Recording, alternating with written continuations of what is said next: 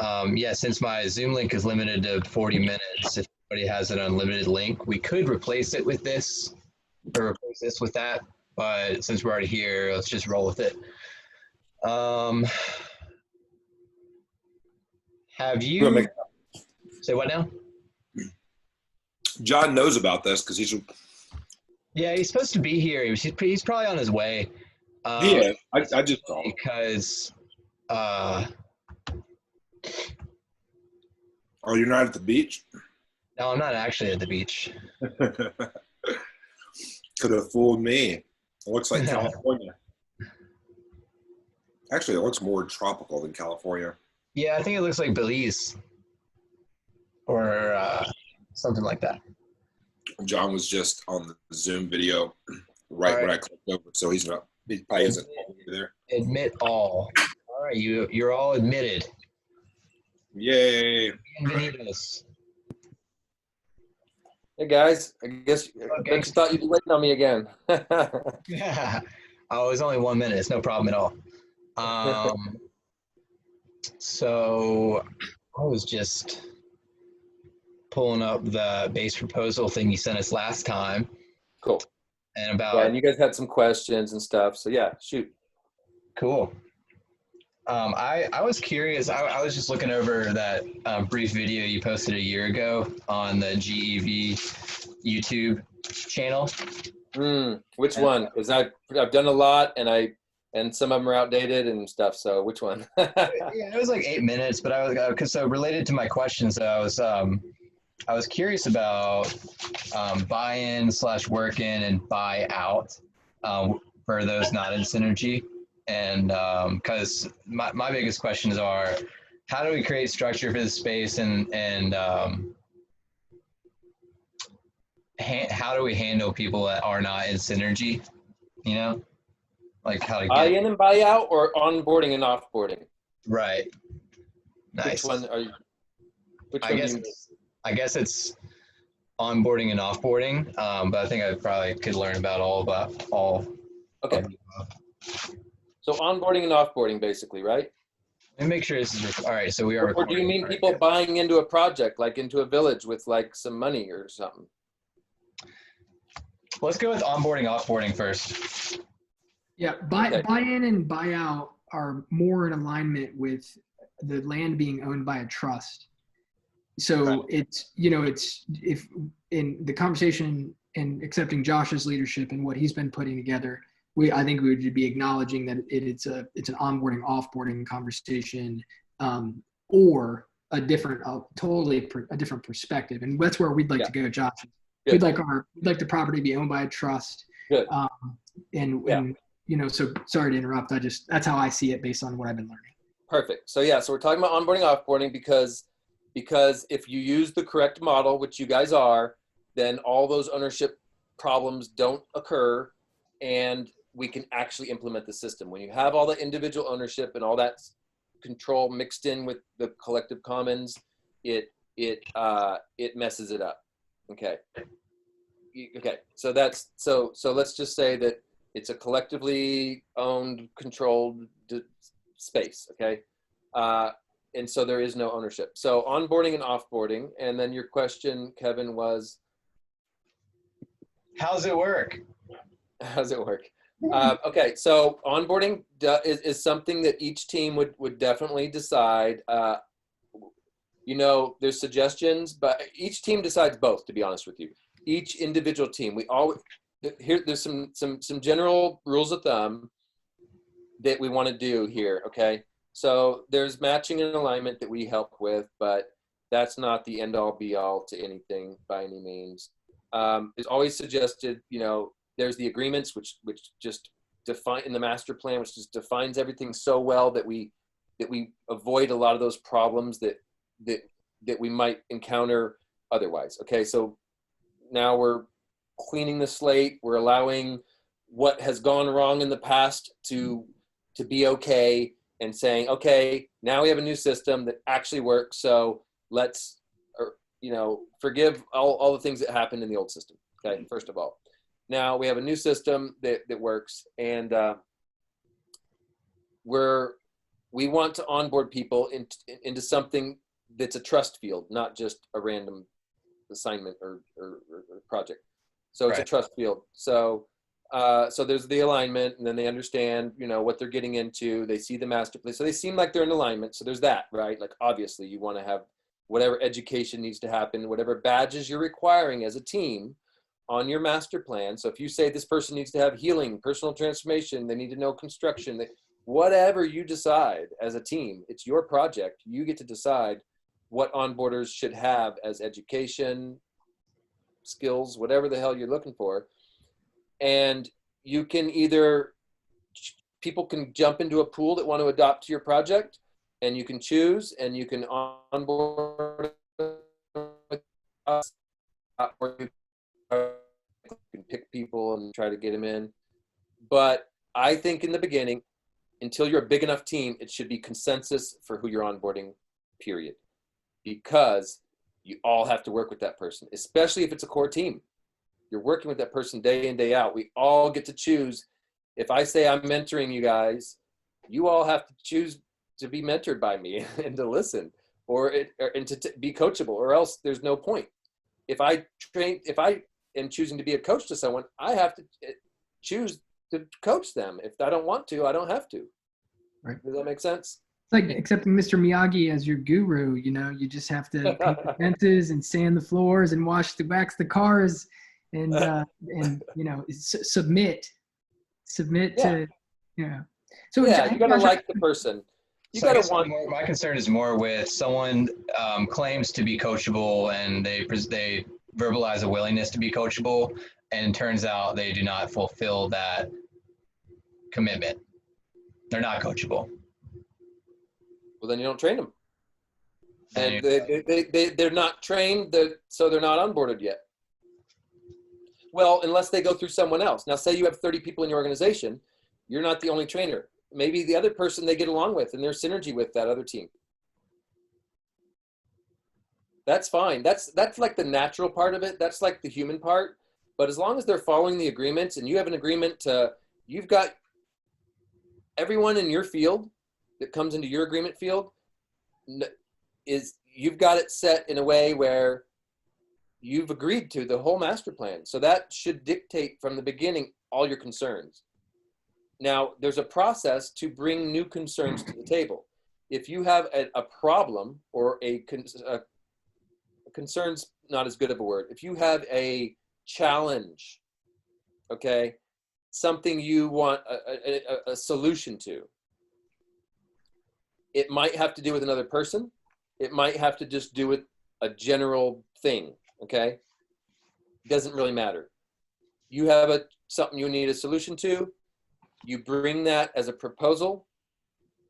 Doesn't have anything to do with the person, because these are collective common decisions. It's not personal agreements. These are collective agreements that we're all making together, that we all agree, hey, there's a problem, we need a solution. It goes through the process, and everyone puts their proposals in, and the sense making happens, and you end up with a solution and an agreement that solves the problem in the end of the day, no matter what. Or you do two things. I mean, really, the process we have really, in general, eliminates the need to do two things most of the time. Most of those things are handled in the very beginning with the original master plan, because people have different visions in the beginning. You should never be making a decision with someone who has different values. If someone values greed and you value sharing, and you're trying to spend money together, it's always going to come out a different decision. It's always going to come out different. How do you qualify those values? I know you talked about you have sort of a matching alignment system, and my main concern is let's say that we'll just go with that first. Oh, the other. So you decide your values, okay, in the beginning,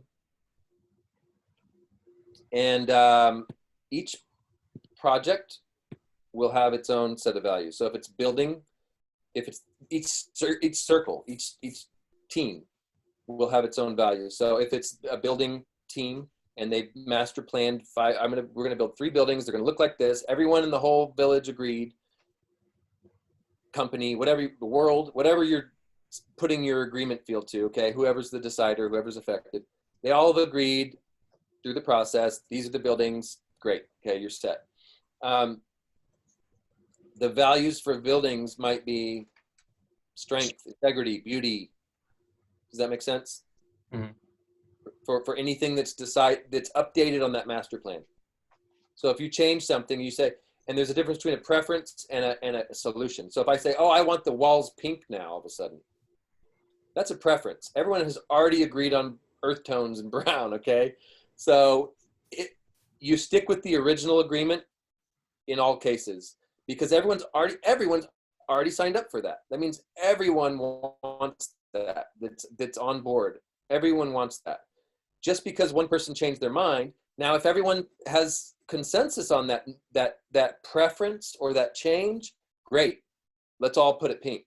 But if otherwise, you can't have someone buy in, spend 10 years of their life, $100,000 of their money, and make a decision for them that could possibly affect their whole financial future. And Josh, just so you know, Sasha and Devin have just joined us, and they're both certified and aligned. So I'm sure that you I don't know how many people are passing your course on a regular basis, and if you're following all the individuals, but both people involved at our regenerative center. Sasha's about to help us do a solar install out there, and Devin's one of the original investors and teammates as from in the Electric Tribe Farm. And you know, I don't know. The stuff that you guys are currently talking about, I think it's simplified a lot by a coherent master plan, like you were mentioning. It comes from the very beginning. It comes from values. It comes from all of us recognize that no matter how long that we talk to each other, we'll realize that as long as we're supposed to be working together, we're really saying the same thing. You know, we have this underlying heartbeat that matches up. And so that's something that a group of people are going to suss out if they're asking the right questions and doing the right exercises to develop things. I'm more curious in how do we go from here to get set up properly? So, you know, right now, yeah, of course. Just stop you for a second. I just want to honor the question, and I want to finish the frame that we were on with the values, and then when we complete, to move to something new, because I didn't answer that. Is that okay? Okay. Cool. So I'm going to share a screen. Can I share a screen, whoever the host is? Yes.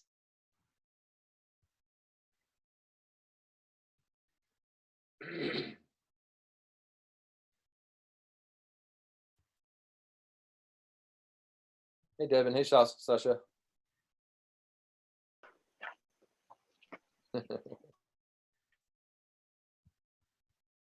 Okay. Not yet.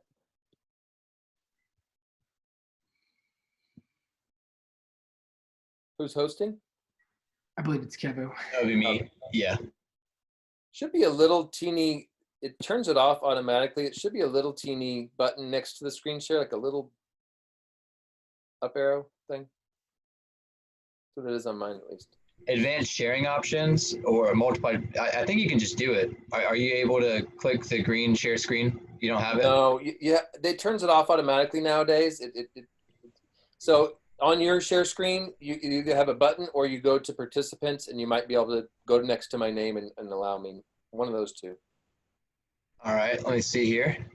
Allow. Kevin's got a normal Zoom that's got a timeout on it too. So if for the sake of making it simple, I can just throw another Zoom link in and we can.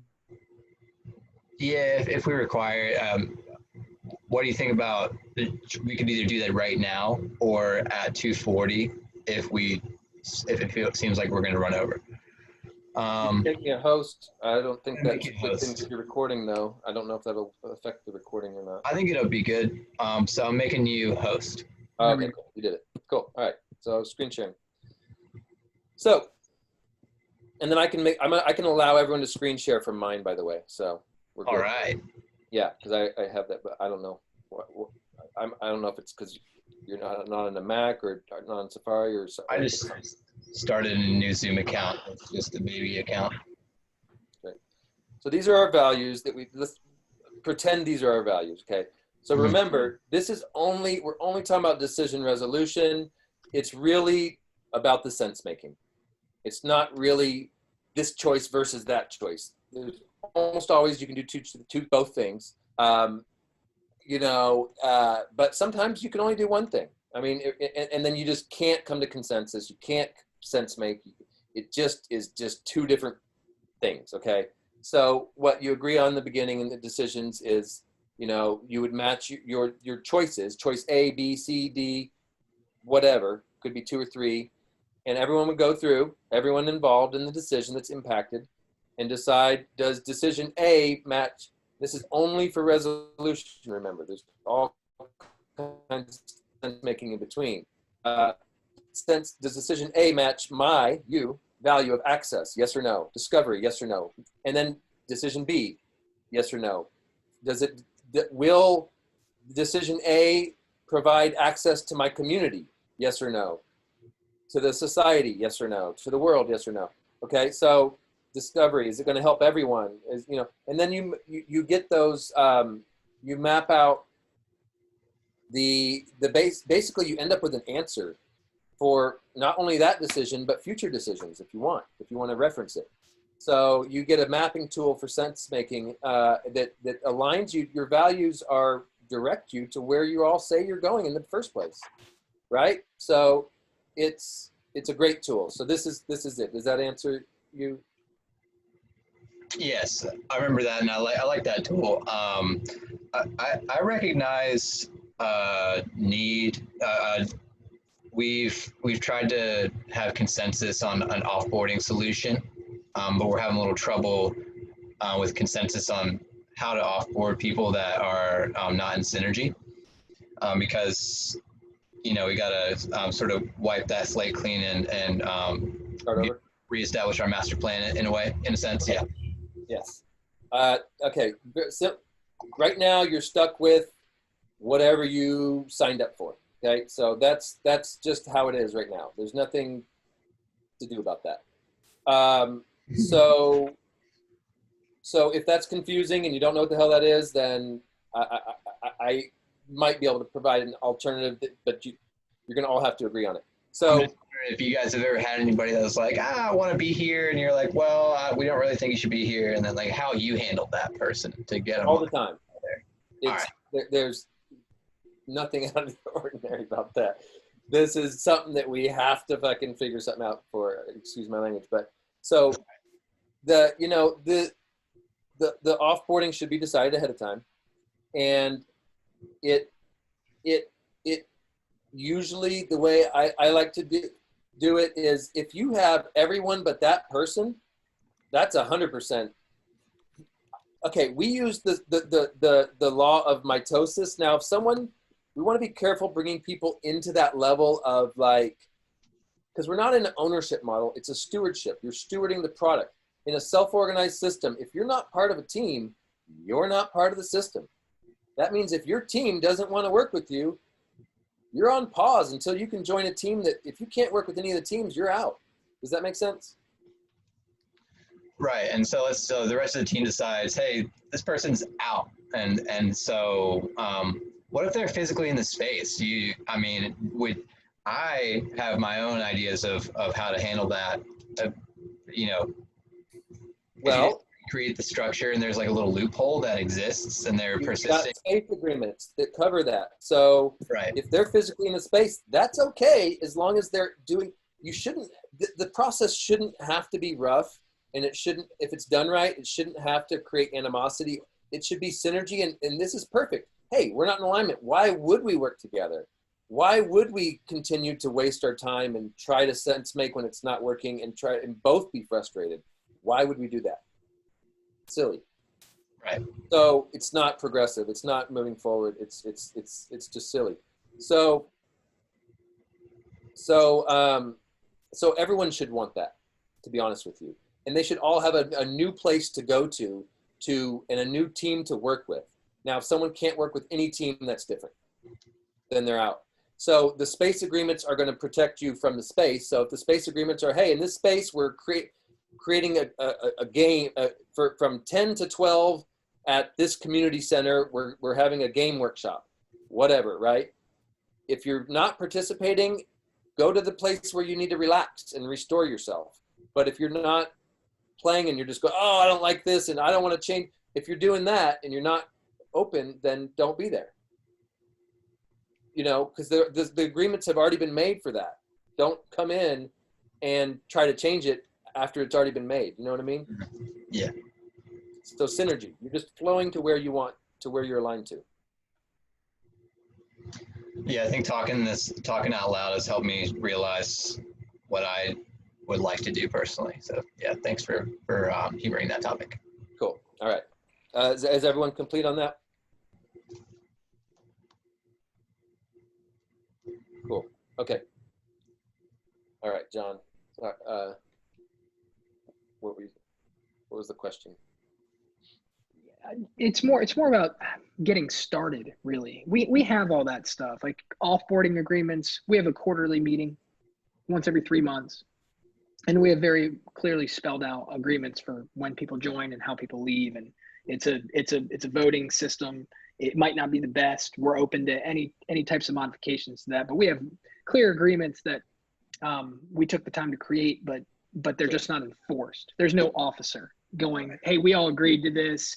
And it's, you know, it's a failure on everybody's part who was a part of creating it, not policing the team and keeping those agreements alive and on the forefront of our psyche, you know. But that kind of stuff, I think, is a symptom of the way we have our land oriented, which right now people would look at me as the owner of, Yeah. right? I've got a couple $100,000, and on top of that, you know, another couple $100,000 in debt I have on my own name because of the endeavor that we're doing. You know, I created that for myself with the hopes to create a team and a regen center and not own it at all. Have it be a nonprofit, you know, build 1,000 of these regen centers. So it turns out that the symptoms that that we were just discussing of just lack of alignment and things like that, I think come from the underlying sickness of it being viewed as being owned by someone as opposed to, it being owned by a trust. So what I'd like to do is, and we've tried this a lot of different times, we've tried to like make it more real for people in different endeavors by giving first and saying, hey, look, this is in the name of a nonprofit. Nobody owns it. Now let's all accept ownership and do something. But we've learned that also doesn't solve the problem. So I'm looking to put yeah, right, exactly. And I just don't want to cast pearls to swine. You know, I don't want to give away all this hard work I've been putting in to folks who've proven. Yeah, it's the agreements. The ownership is a part of it because there's agreements attached to ownership. That's why. But yeah, but continue. Yeah, sorry. So I would like to, you gave an example in your videos of 5 people putting in $200,000, it being $1 million, and then paying themselves back as the village grows and you Airbnb it and things like that.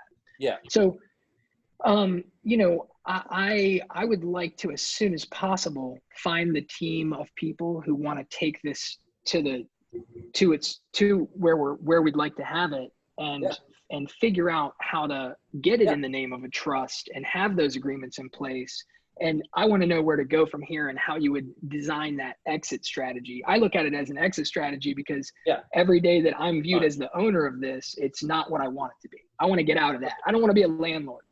I don't want to be a trailer park owner. Easy stuff. Okay. So there's multiple ways. The first could be a lease option purchase. But no matter what way you do, you first want to come up with the master plan for the community so that you have your onboarding, your offboarding, all that's redesigned to fit basically whoever's on the space, because we can only focus on the space we're in. We can't focus on other people's spaces. Does that make sense? Of course. Yeah, we can't control all the spaces in the world. So we can only focus on our own stuff. So getting a master plan for whoever's involved in that project. And I'm not saying that it has to be everyone on the space. I'm just saying whoever's involved in that specific project comes up with a master plan, okay? They're buying into it. I would suggest they be there and be a part of it. But the point is, the master plan's not signed until it has consensus. So if 3 people sign up to one master plan and 3 to another, now you've had a split from the beginning, and it should have always been like that. And that's just how it is. That doesn't mean that you can't create multiple projects and move forward. Okay? So what you can do is you can do a lease option. Can I ask for clarification? Yeah, sure. So clarification, everybody's coming up with their own master plan? And then there's everyone has the ability to, yeah. Well, so I'm just curious about how that would look. So we come together at a potluck, let's say, or a Zoom call, and we go, here's the master plan. My proposal. Yeah, right. In that example, right? Yeah. Yeah, like that. Exactly. Sort of. Oh yeah. Okay. So we always want to do the advice process. So what we'll do is we can all, I mean, you could have a design workshop for master planning or whatever, but you all create, you could have the outline. So the outline is going to be the same. So yeah, you can basically have sense making advice process. So you get with whoever you want to talk about each point, and sometimes those may differ. Of course, it sounds like in your case there's differing views, period. So let's just say that there's differing views. There's different values, different worldviews, whatever it is. Okay, so you talk about those, and you look at everything that is aligned. Great.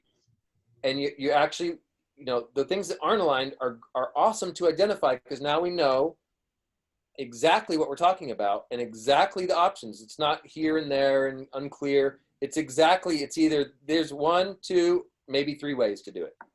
Maybe 2 of those ways talk to each other and they go, oh, you know what? This is actually the same way. Let's just modify it and do it like this.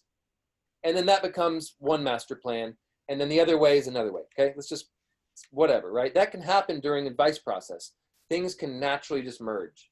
You can figure stuff out and it can just turn into one thing. Okay. So there's that possibility. There's another possibility that there's just 2 ways of doing things, and they're just different. In that case, you could have a group sense-making call about that and talk about all the stuff you want.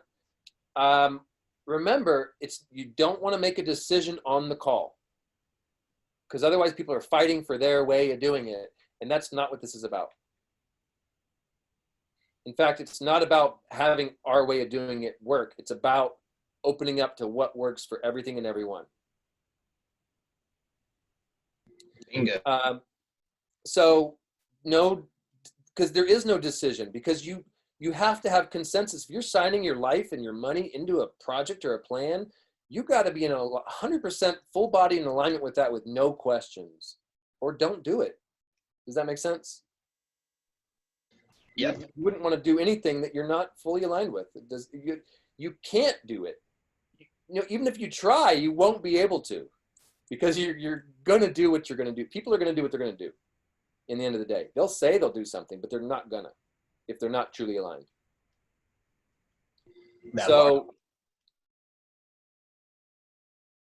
Yeah, so you sense make as much as you can to try to make it one master plan, and everyone feel really comfortable with it. And it just, if you can create a solution, great.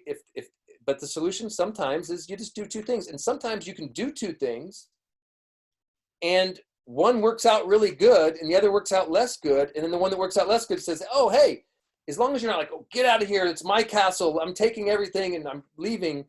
If you use like natural symbiosis where cells split and they just kind of like, that's just natural and everyone has what they need. You can, one works better than the other.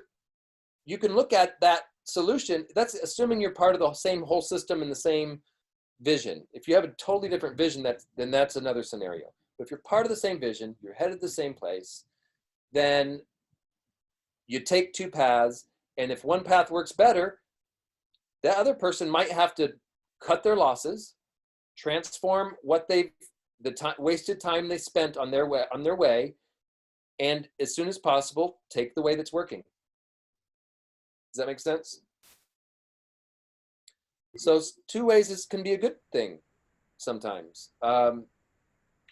And it's good to just allow that to happen naturally so it doesn't become a conflict or a pointed, tensions are an identifier that where we're at and where we want to be aren't aligning. That's all it is. I'm hearing that without a succinct master plan, the recommendation is to pause. Get the master plan done. Correct. Now, what was the term that you stated earlier? Lease something. Can you repeat that, please? That word. Lease option purchase. Lease option purchase is one way. So whoever you're the owner of the land, you can lease option it, but you have to have a master plan to do that and a community. So they would have a funding model. They would have whatever they got to pay that lease. That's one way, a fair deal. Obviously, if they've got money to pay a lease, they can pay it anywhere. Or the other deal is we can get people personal loans. We can build, if they have good credits, all you need. Get every individual a loan program is possible. You've got to be able to have a master plan that builds an economy. If you don't have a good master plan and you don't know what you're doing in business, I wouldn't suggest going in debt on anything.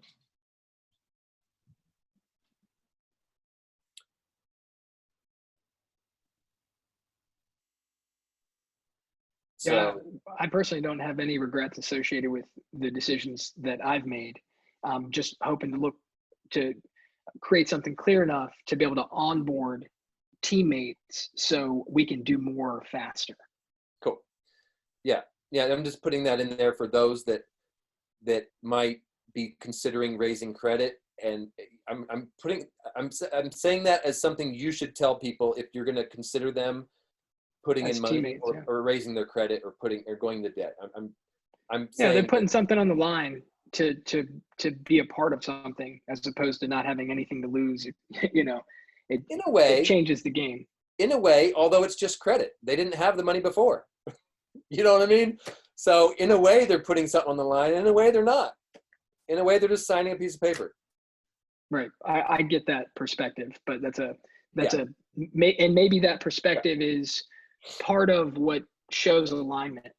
People that recognize that credit is just a thing that really isn't real, and what's actually real, long-term meaningful relationships, the world, the planet, that's right, those types of alignments. Nailed it. So I'm with you on those things, and maybe we just either way, the structure behind these things, it's just so much nicer knowing that it could come from somewhere else other than me being like, hey, this is how we're going to create this master plan. Sure. This is how. So that's why I like the fact that you've taken time to create these things, regardless of how applicable they are to where we are in our development right now, which it sounds like you've gone from beginning to end and kept it open-ended enough where, if people are really about it, they'll be able to identify with enough of it to create a skeleton for themselves. Yeah, like I don't want to reinvent the wheel, and if something has been working really great for y'all, then I'd like to build off of that. You're talking about y'all? You mean Green Earth Vision? Yeah. Mm-hmm. Yeah. As far as what's worked for your funding model, how do you feel? What do you feel like is like a healthy mix of let's say like people with a wealth of resources, and then people who have put in more sweat equity, because you can't just have a team of people that's just putting in sweat equity if there's no dollars to build anything with. You have to have a funding model, probably somebody with an abundance of resources to inject the foundation. Well, yeah, I mean, I don't think the abundance of resources is a solution, because then you're just injecting. It's got to be a return. There's got to be something there. So, or there's no economy. So economy is the resources, and you're talking about distribution now. So there's both sides. A project can get sucked dry by someone in control, and it can also be funded by someone in control and have no return. Okay. And I don't mean return, because now we're talking value and return and expectations and these things that are innumerable and come from a certain point of view. So that's why I say we stop with the mom and dad model, and we get together and we're self-responsible for our own crap, right? So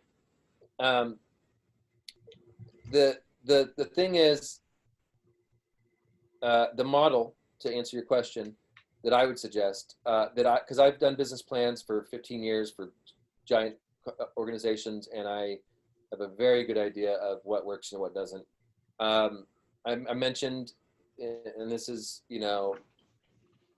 open for the public, especially, building a new world that has an awesome energy behind it, as well as, sustainability and all that. Is, the Airbnb model is great. It doesn't take time. It doesn't take a lot of wit. If you can create, if you're putting money and time already into the space and making it look beautiful, and then I would suggest that as a start. It's easy. Retreats are a lot harder. They're hard work. You got to have the right thing to show people, treat them, whatever. And they don't make that much money, but they're great when they can community build at the same time, and when they can fulfill the goals that you're already on at the same time, and they're fun. They can be really fun and awesome too. Other models, without getting into the buy-sell model or the permanent rental that messes up your energetic field, like I said, there's workshops, there's Airbnb. If you're talking about a community, you can pretty much take on anything you want, but it's just got to be viable, and everyone has to agree to it, and you got to have the right skills and stuff. All right. I don't think maybe I'm Kevin, you're not worried about. I don't think we have any issues of figuring out how to monetize something. Yeah. Like we can Airbnb. We've done it. I've run a very successful Airbnb business. We have space we're building to rent out office space to companies that do things like nonprofit, donate money to community organizations and teach people about solar. We have so many ways that we could generate funds. It's just about team. There's no alignment. And so we need to start over. We need a master plan. And then we need to find people that are willing to, commit, like you were talking about. And distribution. And distribution was the other question, right? How do we distribute the fund? What's a model, you asked, Kevin, of how to distribute? Is that right? Distribute what? Question? Partly. That's the direction I heard you go with it. I was more thinking about where to find the team, like wherever you found your team.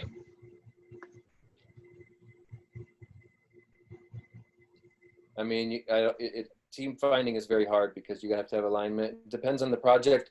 The cool thing is, I believe if we have a strong enough vision that encompasses everyone, then it's going to be automatic that we work together, like no matter what, and that we're all headed the same direction. That's the key part is, and I think the global connected eco-village thing that we're, it doesn't have to be one village. It can be many connected ones, is a pretty strong vision that we all share. But I don't, and a new blueprint, a new map for how things can be in lifestyle and society. But, even that needs to be worded or put in such a way that it really inspires people, because that doesn't seem to be enough to really get us to really working together yet, so far as I've experienced and seen. I understand. I would say, let me just say a little bit about distribution. We're going to be cut off by my meeting limit unless it might have changed since you're the host. I'm not getting any. It changed. It said it was upgraded, and there's no counter. Keep rolling. We have a whole system we're building, and we have tech people and platforms, and we have a whole thing we're building out. Mm-hmm. The stuff I'm talking about with you guys is the content. we've got all the content built. This is what you're saying. Yeah, you built all these front end. Yes, we built all the content. We have not built the tech platform. We're building it.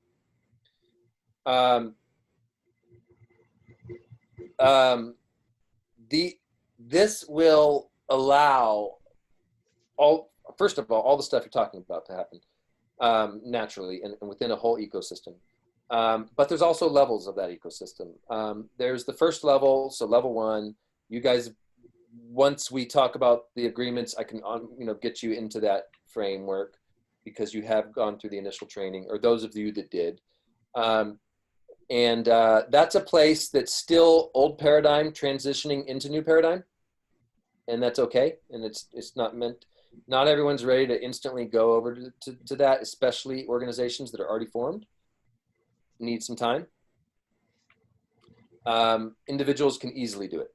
So we're talking about 2 different scenarios. So we need to, be honoring of that. Organizations come in and their funding pool and process is a whole different thing.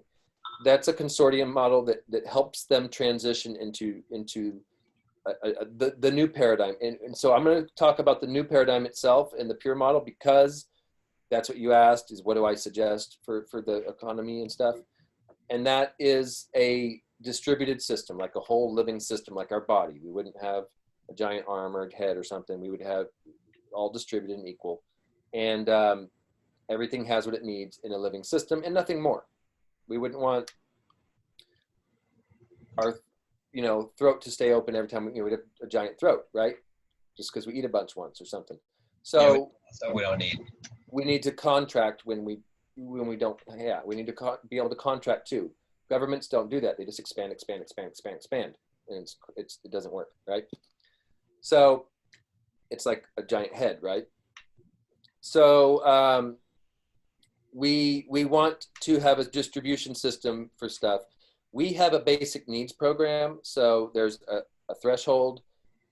You don't want someone working for you, any length of time and not have their basic needs met. Nobody wants that. Okay, so that needs to be set out first. In the beginning, it may look, you have to look at the budget for the project and the funding pool. You got to just have it transparent and clear and right there. And here's what we have, here's what we're working with, and whatever. Here's what we can afford for a basic needs program. Maybe right now it's a housing and food. Maybe it's housing, food, airplane tickets, vacations, new computers. Maybe it's all that. I don't know. It just depends on how good your funding pool is. So people work a certain amount and they have all their basic needs taken care of. The cool thing is none of this is taxable. You can kind of like turn this into resources and shared resources, and it doesn't have to go through all this craziness, right? And structuring. So it's really good for that. And it makes sure everyone's taken care of. Of course, if someone's not turning out on a team, they're ejected naturally. That's the onboarding, offboarding. So you don't have to worry about that. You don't have to worry about if they're not working, they don't get reciprocated. They don't get, if they're not working half-time or part, I like part-time as a threshold. Part-time basic needs, food and shelter, whatever. Above that, more stuff, or, whatever, whatever that looks like, right? But that more stuff should be determined by how strong your funding pool is and how much you've all built your economy together. What value has been provided by the team? Okay, so we're all getting there together. So you make the milestones and you say this much goes to expansion, this much goes to increasing our lifestyle. Maybe we want a hammock, maybe we want a swimming pool. Maybe they can go together. Maybe the swimming pool can help us and help guests come to the Airbnb and help the economy. So it's just, you just got to plan that out in the master plan. And then you just that's where the money goes. It goes to whatever you guys decide in the master plan, period. And then when you update that and more money comes, you all decide together through your decision process where that goes. Does that make sense?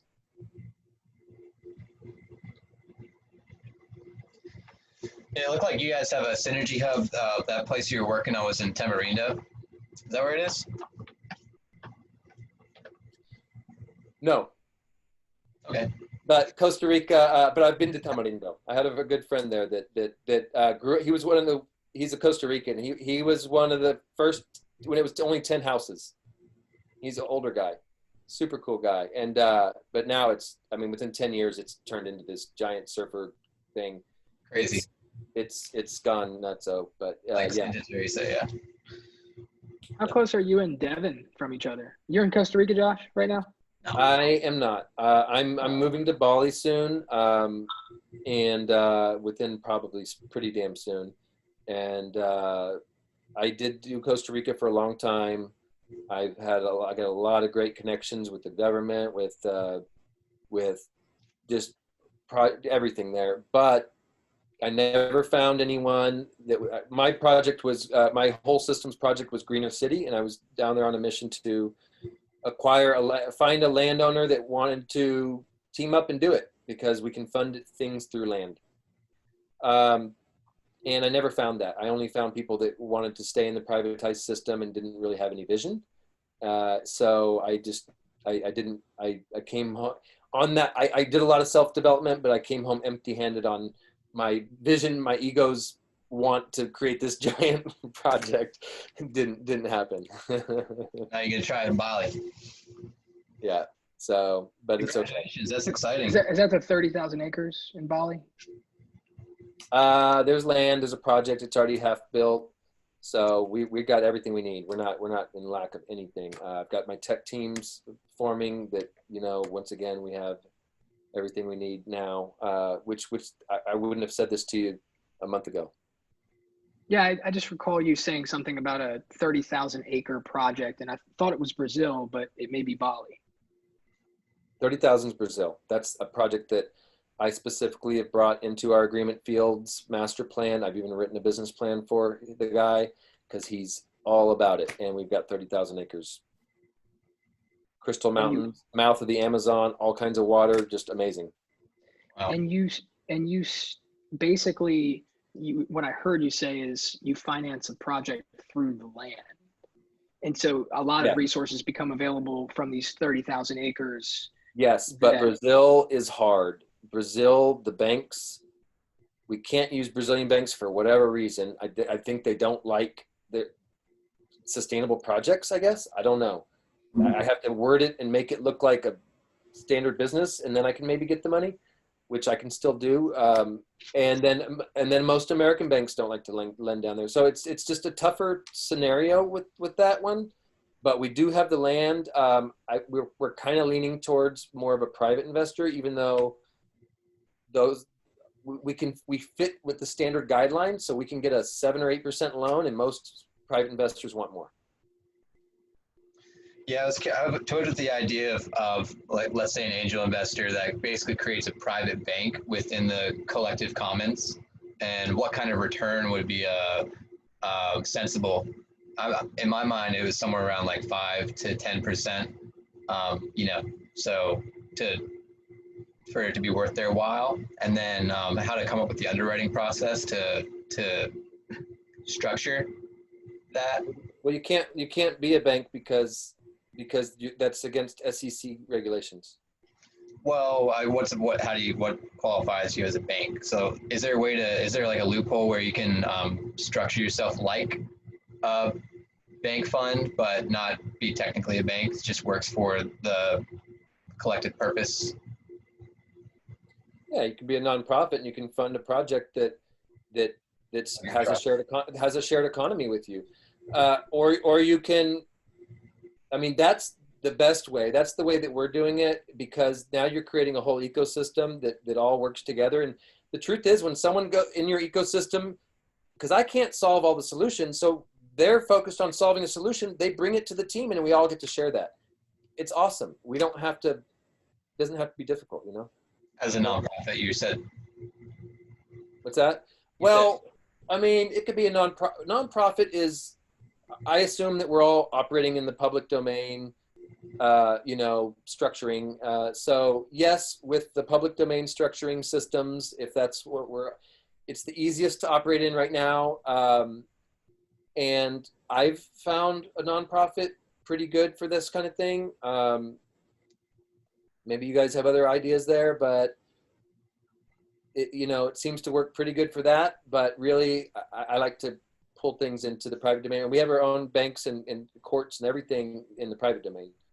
That's a whole nother system, though. That's not regulated by any countries or anything. And that's where the trust comes in. There's a foreign trust component that's an aspect of the private contract association and the mission society. So why wouldn't you be coaching everybody towards that? Because that's not my domain. I am linked up with people that do that, and it's about a two-year process for each person. We've gone through the structuring process for the estate structures. It gives us the ability to operate in those domains, but I don't have full decision ability of even my own structures, because I haven't gone through the standing process, so that I'm not even a sovereign being. I'm still property of the United States, America, and Australia, because I'm a dual citizen. So I can't be a true, decider in that system. I can act as a signer, an authorized signer. So each person has to take 2 years of education and reformatting their life and real steps to get there in that system, just personally. As an estate structure, we have Green Earth Mission Society has created a way to decentralize, which is kind of what we're talking about, distribute the authority, create a whole living system, so that one estate structure doesn't have, because right now it's set up that every person has to build their own estate structure and have their own society. We're creating a decentralized model for that, so that we can just all release the structure and create culture instead of structure, which is what it ends up being anyway. You release all that structure and all those agreements, just turn into a culture, and everyone just starts doing it, but first you have to create the guidelines and stuff, and so that you can experiment and see what's working and what's not, and then the guiding system to change when things don't work.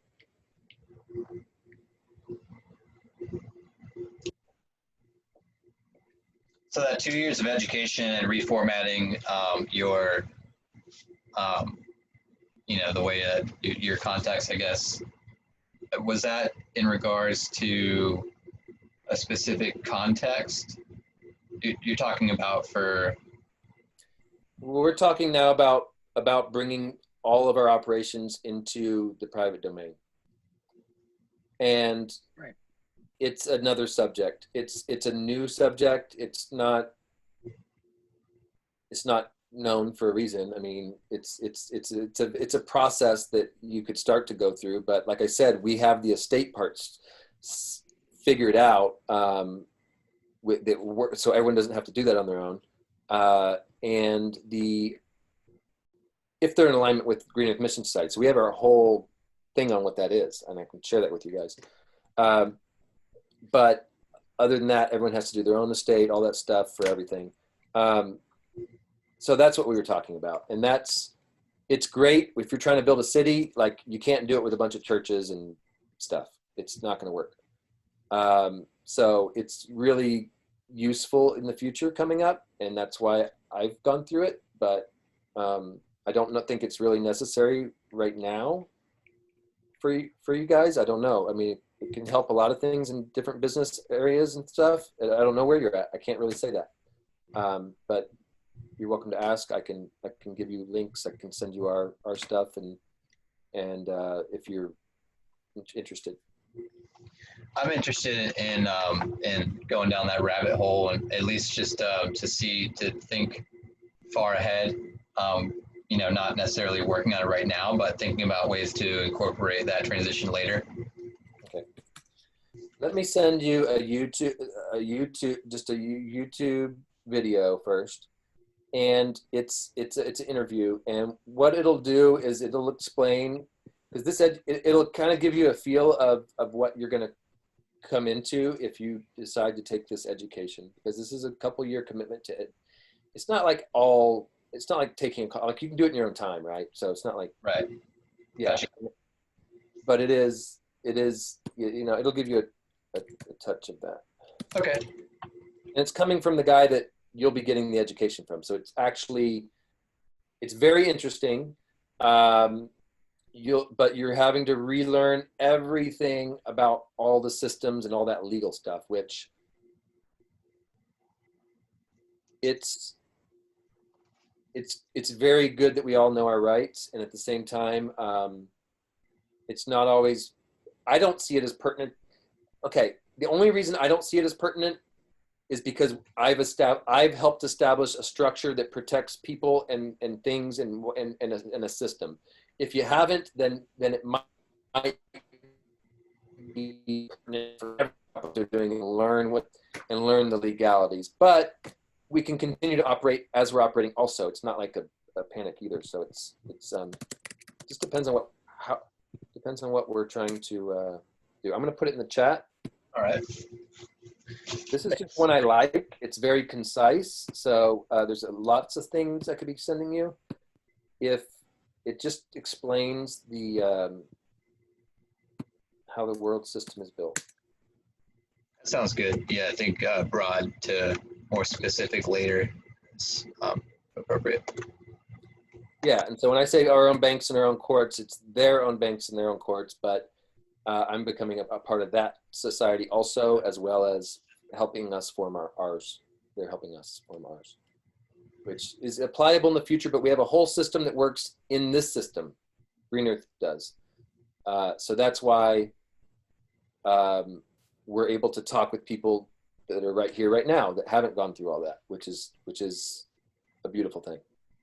So this is a pretty recent interview. It's about 2 hours, right? Is there a particular segment that you think would be more valuable to focus in on, or I mean, it's the first 2 minutes of introduction, but he goes straight in.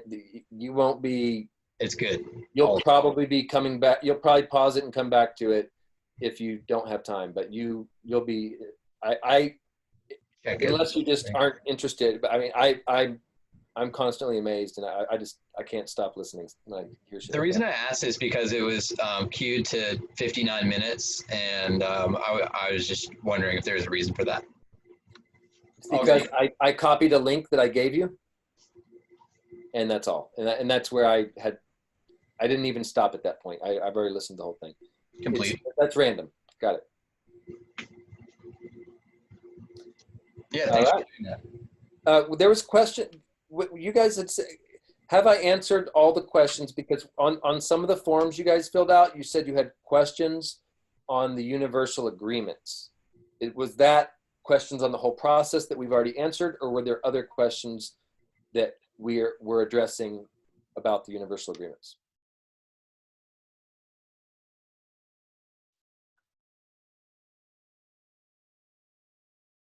I can find the form. Universal. I was just curious about the purpose of the community and what it meant to be a member after we passed the course and all that stuff. It wasn't really. If I had a specific question about the universal agreements, I don't remember it at this time. I was just trying to figure out the purpose of the collective and what we could do to add value to your mission. Okay, so got it. Yeah, and that's good feedback, because that should be pretty clear. Did you go through? Did I send you the Teachable, or did you go through Green Earth Vision? So you saw the general mission and vision, right? Yeah, I watched all the videos about the Teal organization, some Ken Wilber stuff I was familiar with, and cool.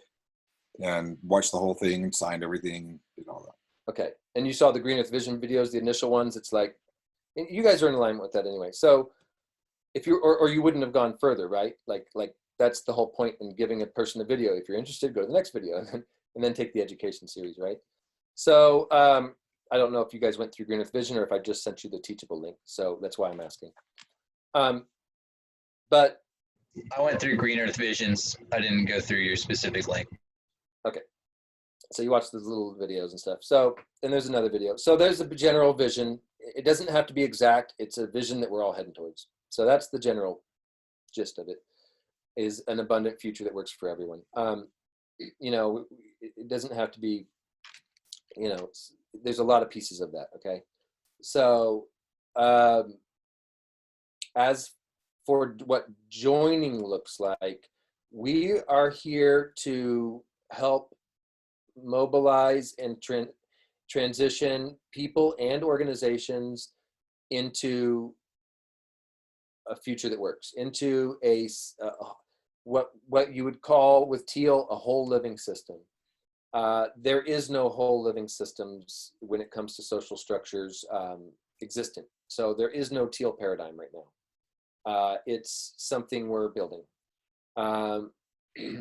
There is self-organized. Holacracy has that covered, and sociocracy, but they don't have whole living systems. They're a part of the or they are not their own whole. They're not even a whole system. That's a part of another system. A living system is another thing that doesn't exist. The whole system is not a living one. There's characteristics of living systems that are very clear, and so we're building all our processes to flow and to move and to step into life and health and away from toxicity and death and stagnation and regurgitation and repetition and all that crap, and blame and judgment and not being able to make decisions because you can't align on the money and spend years talking about stuff, but you're just moving forward. So that's kind of the idea, is to get people energetically as individuals and organizations structurally starting to make that shift. Does that make sense? Yeah, I imagine a lot of this group is familiar. It sounds similar to some transformational trainings that I know the other people in this room have gone through, and I'm picking up on what there's some transformational training with joining the private domain associated with Green Earth Visions and all that. So yeah, and so we just here to help people plug in wherever they end up with their master plan. So we just decide if they're a fit for. They don't have to be a fit, but if they're a fit for either the Full Potential Network or the Mission Society, then we'll work with them closely. It's a living system. It's communication solutions are shared, even sense making is shared. So that's to be decided at a later time. For now, level 1 is just a little education for people. It's a little bit of alignment to see if we're even on the right path to start, and then starting to give them tools to master plan, to show us what they're doing and show us what their reciprocation programs are and show us what their economies are and show us and they don't have to take our advice. They can do whatever they want. They just, like I said, may not end up as a part of the same system. They could create their own if they want, if they know how to or whatever.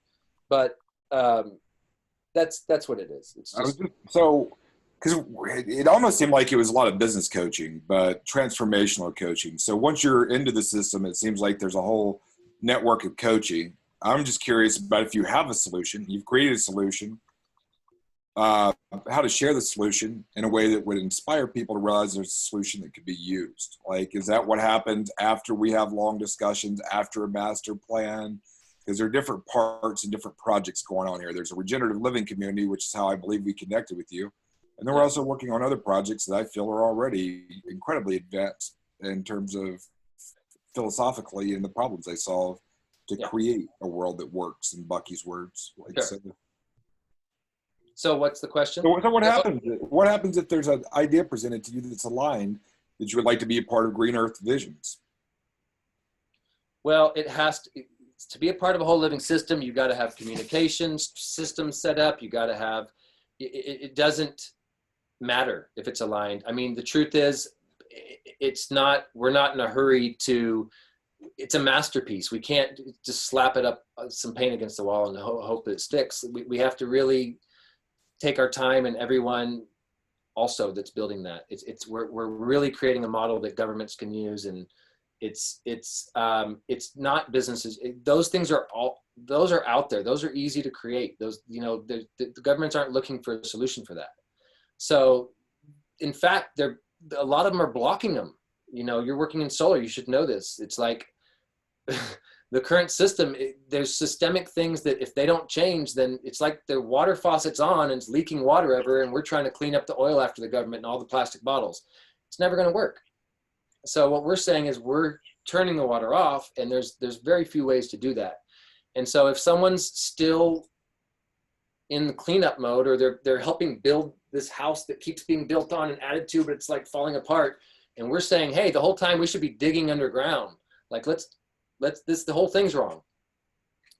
So that's kind of the thing, is like we're building a whole new system, and if it's designed for the old system, we have a transitionary model for people, and it's called a solutionary consortium model, and it helps do that naturally. It doesn't with no. It's just but individuals. I mean, everyone's coming from a different space, and everyone's going to a different space. So we have to build out all the different to inspire someone. We have to know where they're coming from and what inspires them. Most people right now are inspired by money. So that's, if you saw the video on true purpose, if your vision is money, it's fake purpose. It doesn't, McDonald's, did you guys see the true purpose video? Yeah. Huh? Yes. Yes. Okay. So then So, so yeah, aligning on that purpose. Like you can't be inspired by money. You can be motivated by money, because money is inherently a tool that's used because you're afraid of running out. It's all a fear-based system, which is why we started with energy, because I can't imagine how there could be any system recreated. Like if you're talking about any type of system that pulls away from us, all the systems, which kind of sounds like you're talking about, if it's completely pulled out and separated from, then you're going to starve to death, and there's no way billions of people can do it. Yeah, so that's definitely, because that's why they were transition. That's why there's the transition. It's actually meant for money to come. So imagine this. Imagine someone comes to your village and they make $1 million a week. Okay. Now, there's two options. There's many options. One of them, they can come in, pay their rent, continue to do their thing, and you can work on a collaborative basis, but you're not co-creating with that person, because they're not really involved in the community. They're doing their own thing. They're just kind of there. You know what I mean? They're not part of the community. They're not, but they're paying rent. Maybe they're paying extra, whatever. But what if they were to train some people how to make $1 million a week, and then the whole economy boosted up? So this is how the new system works. It is able to funnel people in through the unification, through the rebuilding the collective commons. We funnel all the focus becomes a new focus, and we don't have the repetition of everyone doing the same thing in different places constantly, and all the same problems emerging, and the stagnation of the regulations that are never going to allow solar, for example. I mean, they're allowing it, but there's some free energy, let's just say, so it's not built as it's standalone in the fact that there is a direct line. You can experiment, you can be a part of it as an organization that's structured in the old way. You can be a part, as long as you're willing to, as long as you're somewhat aligned and there's a reason you're there. And that would be in level 1. Level 2 is for create builders, the people that are building. And to be able to build together, you have to know how to do that. So you have to go through the training, the operation manual, it's called the New Earth Operating System, which is basically the organizational agreements, so that you're organized together in a new way, because you're in a new system, and you have to know how to do that. So you have to know how to drive the car before you drive it, right? So that's the responsibility with the ride, is to just take the education. Same with the freeing yourself. You got to take that education. You got to take those courses, or you don't get to be free. It's just whatever you sign up for. So we do have a system to bring stuff in. It's just scalable right now. We're just in the process of scaling, making it scalable, improving it, and that just takes a little bit of tech platform, which we're working on. Once they get into level 2, people can be builders of the system that doesn't mean that they can't go operate in the old system or even have a company in the old paradigm. That doesn't mean that they have to change everything. It just means that when they're in the new system, they're operating with those agreement fields. When they go to 7-Eleven and buy a candy bar, they don't bring new paradigm agreement fields with them and, you know, start. I just wonder why anybody operating under a new paradigm agreement field would go to 7-Eleven and have a candy bar, why they would be okay with somebody living in the community, even if they're making $1 million a month. And I don't see how everybody in the community earning $1 million a month does anything. Yeah, no, the point is they would be able to, they have the opportunity to bring their business or training, or if it's like a skill or whatever it is, to bring it into the consortium or into the collective commons. There's levels, right? So they have the opportunity. They don't have to. They can stay there, but they just can't put their business right in the middle of downtown where where we have our collective agreement field. They need to keep it in the private. That's all. It's Why would they build a business that can be in the downtown? Like, wouldn't the trick be, instead of holding up things like mobile nurses as some paradigm of teal, to recognize that you're just treating an old broken system with sick people that have been broken by a broken sick system? Like, why not build new types of businesses that can operate, that actually do heal the planet? Like, why keep something in the background? You can do anything you want. You can do anything you want. Anybody can do anything they want. That's not the point. It's the point is that they're doing it coherently. There's if someone brings in a company, and there's a difference between everyone just doing what they want and a society. Okay, so a society has some structuring, even if it's light. It's actually pretty heavy usually, but it's got a mission. Society especially has a mission. Okay, so if we're all aligned towards a future of health and joy, like you're saying with the companies, then there would have to be a process by which people come in with the oil companies and the whatever, the stuff that's just not in alignment. Plastic toys from China, plastic water bottles. They would create that business plan, and they would try to, form a team in the new paradigm, and it would not pass the Wisdom Council. They would flag it and say, hey, look, that doesn't match our values. We would talk with them and say, look, can we do something else here to make it where you are in alignment? And if not, then it's not a part of it. Does that make sense? It does. Anything can happen in the system. There's no blocks to anything.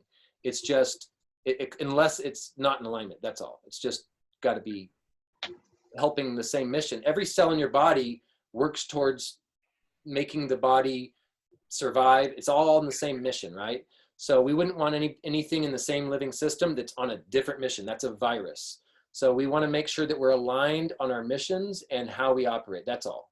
The rest of it doesn't, solutions, we're a solutionary culture. Of course we want solutions. I work really great with examples, and as I'm developing a detailed master plan, I'd like to if there's any sort of outline that so I can take what I've already thought of and organized and think of it in terms of something that's more communicable, and then studying New Earth operating systems. Those are things I'm interested in. New Earth operating system, I just wrote it out. Just to be, just to keep me in the loop. Yeah, no, it's written out. It's written out in words. I need to turn it into an actual course and all that good stuff. So I have a friend, one of the guy that's one of my main new business partners. He's going through it, and maybe his guy might help me with some of the graphics and stuff. So once that's up and going, I can send it to you. If you want to give advice on it and you're okay with reading it all and not looking at graphs and videos, I can give you a link in now.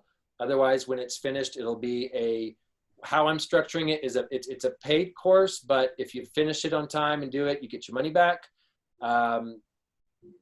If I'm run a company through it, it would just be a paid thing if I was to try to push it now. But otherwise, it can wait till it's ready, and And that's how it's structured.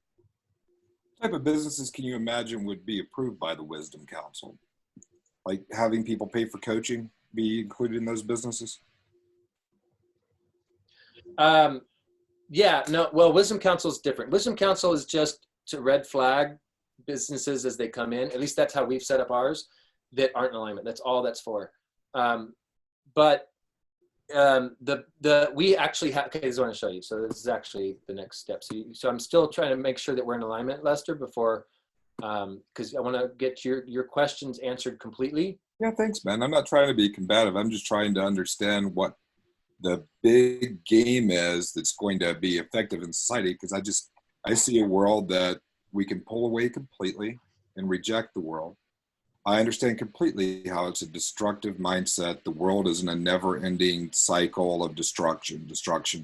I couldn't agree more with you on that. I just think that whenever I'm watching your videos and I see a nursing company in Europe held out as an example of some amazing teal level company, I just think that's more just like that's just clever management. That's nothing transformational. It's not teal. They're not a whole living system. It's self-organized. That's all it is. Okay, cool. So, yeah, we're not, they're not teal. The self-organizing piece can work in some and not every organization is meant to be self-organized. Now, a new living system is, because we're creating a whole system. It has to be self-organized. It has to be it's not, yeah, it has to be its own, it has to be organized differently than the other stuff. It would be organized, and the people inspired around a common mission would be self-organized, because you just say, what can I do to add value to the mission today? Yeah, but we wouldn't suggest a realtor that's working with clients in the commercial domain that they be self-organized. You know what I mean? Like they're supposed to be organized how they are. That makes, yeah. It does, yeah. Yeah. You got to have the prisons people can run off to every day away from their families. So you have to block off part of your mind, and it's hard to be self-organized and whole whenever part of you is blocked because of what you're doing to earn money to try to survive in the world set up the way it is. So it makes sense.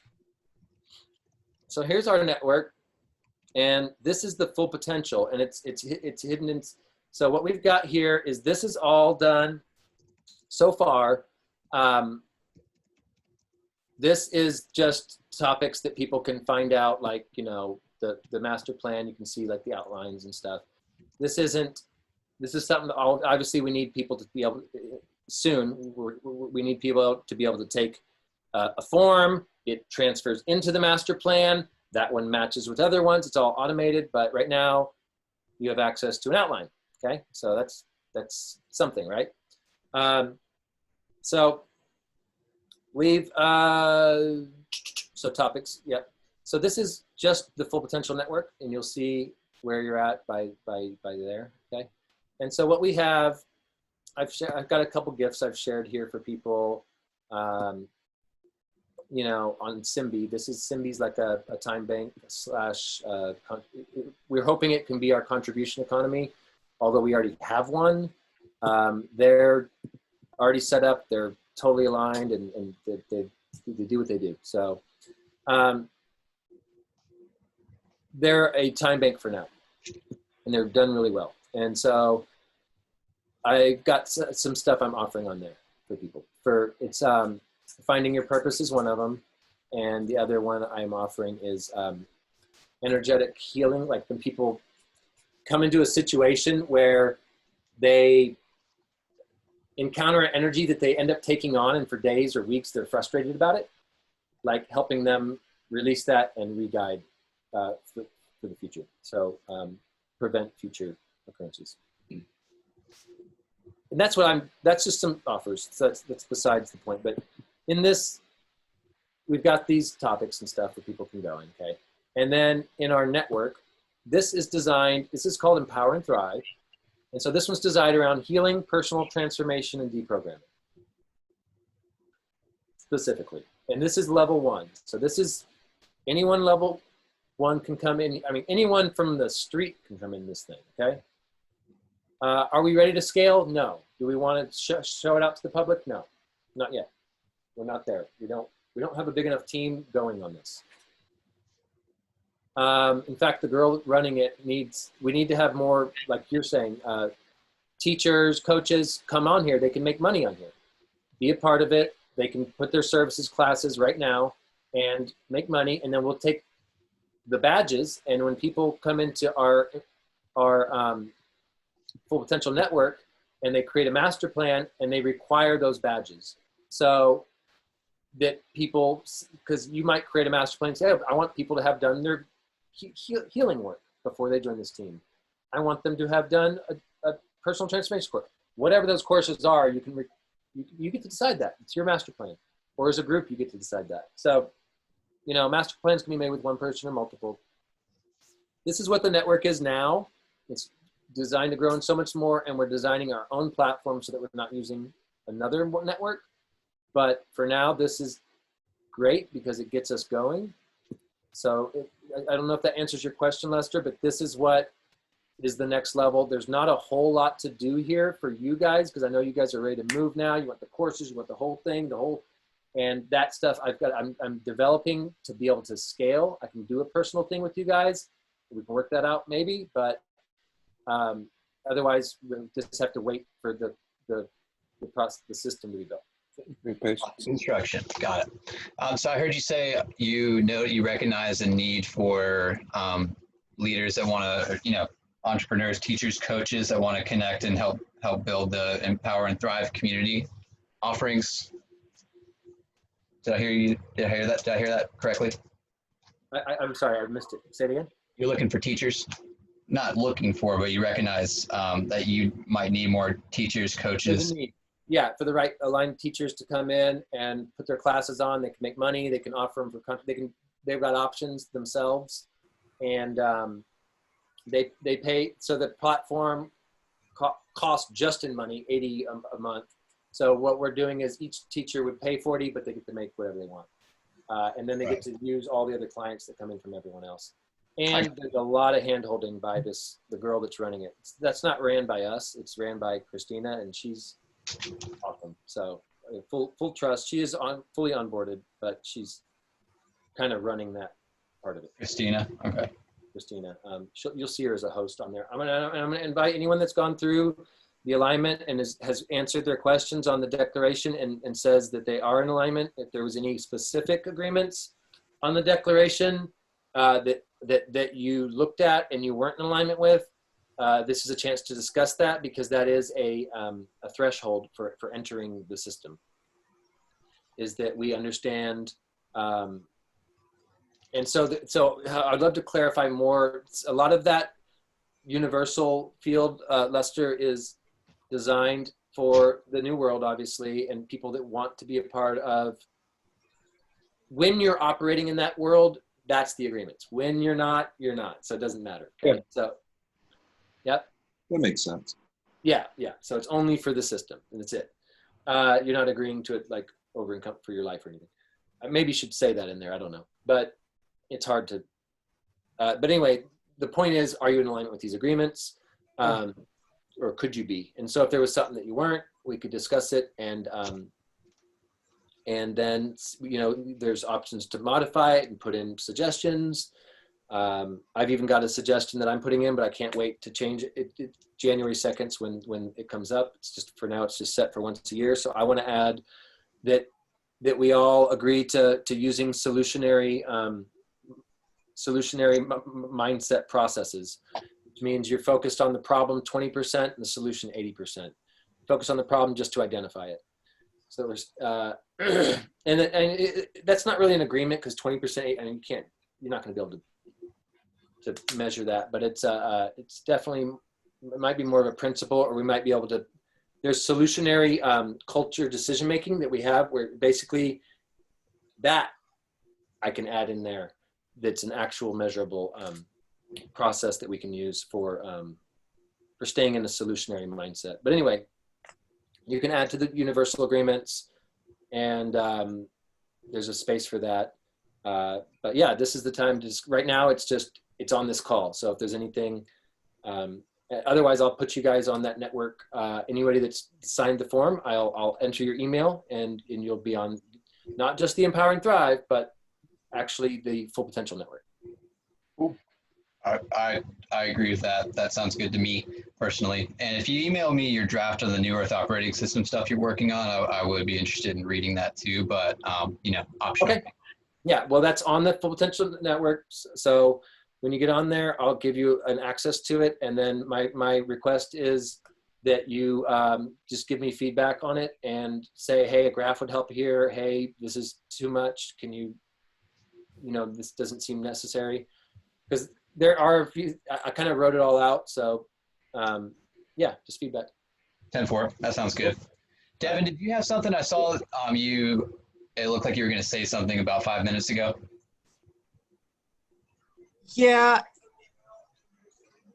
I remember reviewing things, so I'm going to go back. I've missed some parts of this recording, so I'm going to take a gander at it, be thorough, and so I'm good for now. Thanks, Kev. I think you had some helpful feedback too, so I think that you and I can team up on, we can look through that stuff together and meet about it before we Gosh, I acknowledge you having the courage to stand for creating something beautiful that works for everybody and taking the time to share with us today. Yeah. Cool. Great around solutionaries. Thank you. Yeah. Cool. So what I'll do is it might end up in your spam folder. So what I'm going to do is right after this. Oh, shit. It's 2:20. Okay. Yeah. I don't have a call till 3. Yeah. Okay, cool. So what I'll do is right after this call, or as soon as we hang up here, I'm gonna get whoever's done the form, and I'm assuming everyone is in alignment and doesn't have any else thing to say. If so, say it before the call, and then everyone that's filled that out, I'm gonna add an invite to the system. That sounds good. I'll look out for it. Okay. Thank you. Thanks, Josh. We'll be working on our master plan. All right. Yeah. Well, once you're there, just go look at that little outline. It's not the end all be all, but it's something you can work off of. It might help you. I don't think I put our master plan in there. I was going to add that, and I'm going to. So in that same master planning topic discussion, I'm going to add it's the Full Potential Network Gaia master plan. I'm going to add that in there too, because no, it's nothing. I think it's the Alliance, nothing. But anyway, it doesn't matter. So I'm going to add that in there so you can see it for reference of kind of what we put there. It's a few years old, so it probably there's a few pieces that need to be put into sub-master plans that aren't really meant for a master plan, but whatever. Just know that, we're always improving. Cool. Heard. Sounds good. All right, guys. Thanks, Josh. Appreciate Okay. it. Happy Wednesday. Enjoy your day, guys. If you have the recording, if you don't mind, if you get the recording, If I get it, yeah. I don't think if I have it, I'll share it with everybody. If you have it, if you don't mind, please sharing that with at least Devin, but also all of us. That'd be cool. Cool, yeah. And then add me into that sharing. Cool. Will do. All right. Thanks, guys. Thanks. Bye. Bye.